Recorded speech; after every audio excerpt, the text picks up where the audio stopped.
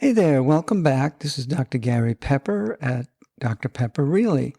And if you've been following my podcast here or my blog at metabolism.com, probably aware that I've been focused mostly on malnutrition related to the new weight loss medications like Ozempic, Wegovy, Zepbound. But lately I've been thinking that there's another aspect to rapid weight loss that needs attention, and that is bone loss. And when bone loss is advanced, it's called osteoporosis. And associated with osteoporosis is bone fracture, which can be a very serious complication. So I've been looking into that, and unfortunately what I found was that there is not much information on this topic. Apparently, the FDA does not require the manufacturers of these drugs to study bone loss associated with their treatment. So I'm going to be covering the topic of bone loss and the potential hazards of this in the situation of someone who's considering going on rapid weight loss treatment. And today that will be Linda. So if you just hang around for a few minutes, you'll really be up to date on this whole new potential problem that seems to be going under the radar. So let's dive right in.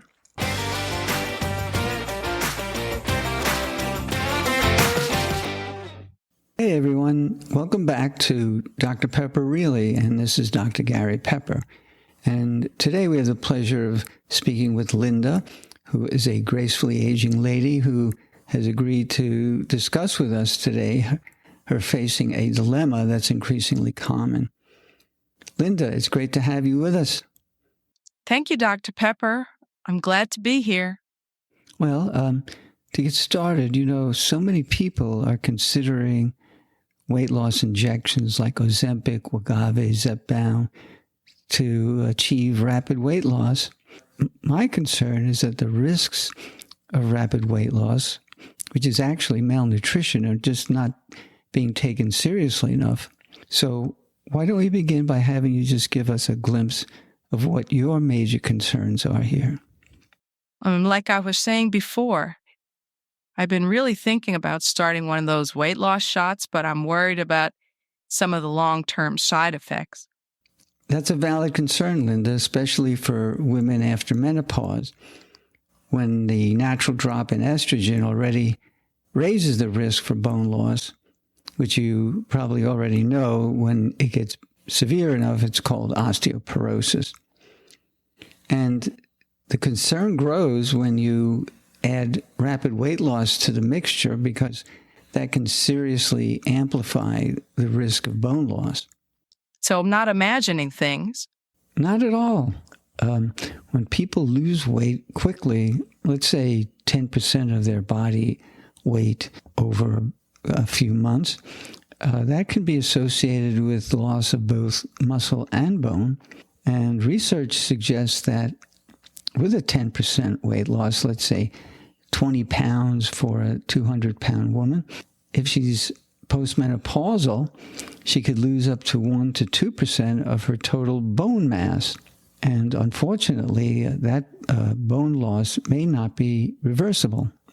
And I guess that matters because thinner bones break more easily, right?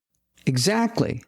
And here's a hard fact to consider, that women over 65, if they have a hip fracture, can lead to about a 25% risk of dying within the next year. That's about 1 in 5 people who have a hip fracture will not survive a full year.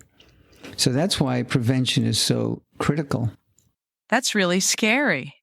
So what should someone like me do if I still want to lose weight? I think the key is informed decision-making. And there are loads of resources out there to help people. For example, even our website, semagluediet.com, is a good starting point. It provides guidance, tools, and meal plans specifically designed for people who are trying to lose weight with the GLP-1 medications. And to add to that, we offer a unique weight loss program we call the CSS diet system.